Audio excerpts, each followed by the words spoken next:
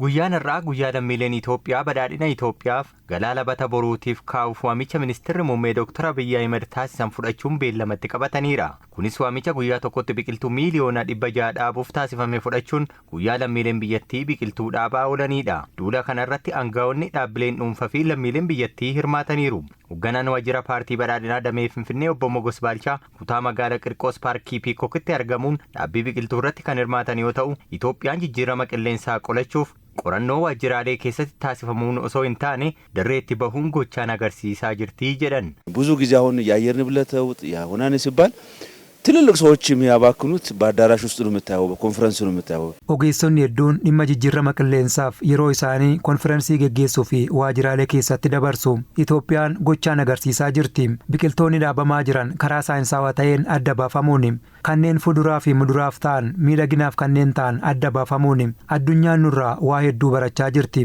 Galaa dhalootaaf ta'u guddina biyyaa milkeessuu irratti hirmaachaa jirra. Duula guyyaa tokko kanarratti kan hirmaatan ministeera maallaqaa obbo Ahmed Shidee duula ashaaraa magariisaa haga ammaatti gaggeeffameen Itoophiyaan bu'aa galmeessaa jiraachuu himan. ይሄ ሀገራዊ ፕሮግራም ለብዙ ዓመታት አሁን ስናካሄድ የነበረና በቋሚነት duula misoomaa kana waggoottan darban gaggeessaa turreerra. Hojii bu'aa olaanaa argamsiisee fi addunyaa irrattis fudhatamummaa argateedha. Guddina keenya gara fuula duraatiifis ga'ee olaanaa kan qabudha. Hariiroo hawaasa gidduu jiru kan cimsee fi Itoophiyaanonni waloon yoo dhaabanne maal gochuu akka dandeenyu kan mul'iseedha. Duula ashaaraa magariisaa kanaan fuduraalee fi muduraaleen akkasumas bunni dhaabbachaa jiraachuu kan himan ministeera maallaqaa Dr. Iyyoob Takkaalliin biqiloonni dhaabbatan kunneen oomisha kennuu yoo eegalan Itoophiyaan sirna daldala addunyaa keessatti adda durummaa akka argattu gargaaraa jedhan. እንተክለው ደግሞ ፍራፍሬ ነው እንደምታውቀው በብዛት hedduminaan dhaabaa kan jirru fuduraa fi muduraadha. Bunnis dhaabamaa jira.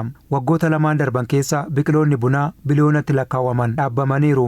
Avokaadonis akkasuma oomishaalee kanneen alatti erguun sharafa alaa guddisuun kan danda'amudha. Namoonni paarkii Piikookitti biqiltuu dhaabanis duula kanarratti hirmaachuutti gammadanii kan dhaabnes ni kunuunsinaa jedhan.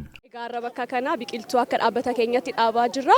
Bankeen kun gaa nuuf laatame. Biqiltuu kana dhaabuun keenya qoftiinsaa gahaa miti. Dhufneetu immoo kunuunsa adda addaa laannaaf. Maaliif biqiltuun kun akkuma daa'imatti ilaala akka dhaabbata keenyatti.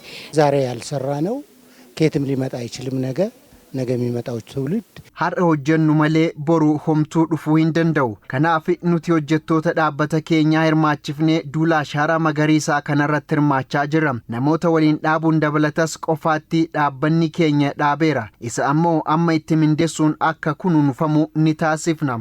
Ganama sa'aatii 10 irratti dhufne har'a guyyaa ashaaraa magariisaa guyyaa tokkotti dhaabamuudha. Dhaabuun duwwaa gahaa miti. Namni dhaabee hundumtuu kunuunsa isaas gara fuulduraatti yaadu qaba. Dhaabamee deemuun gatiin qabu.